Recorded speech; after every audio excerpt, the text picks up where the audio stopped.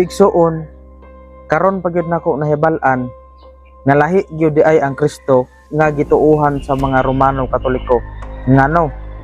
Tungod kay ang Kristo nga gituuhan sa Romano Katoliko makasasala. Nganong nakaingon man ko nga makasasala ang Kristo nga gituuhan sa Katoliko? Tungod kay nakita nako sa debate sa mga CFD dito sa Cebu, gipangutana si Paul Alima ni Brother Mitchell Bendilio na si Kristo nasayop ba sa pagsunod sa araw ng Sabat. Karon ang tubag ni Paul Alima, nasayop daw.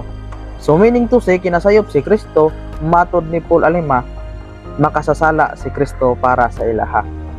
So ang kanang pulo nga nasayop igsuon kung imong basahon sa Biblia sa unang Juan 3:4, ang nakasala naglapas sa balaod. So kay nasayop man as Kristo, so meaning to say gilapas ni Kristo ang balaod matod sa pagsabot sa mga Katoliko. So dire gyud nako nahibal-an nga ang Kristo nga gituuhan sa Katoliko di ay makasasala, apan ang Kristo nga gituuhan sa Seventh-day Adventist walay sala ug perfect gayon. So mao na ang kalahian sa Kristo nga gituuhan sa Seventh-day Adventist Church ug ang Kristo nga gituuhan sa Romano Katoliko.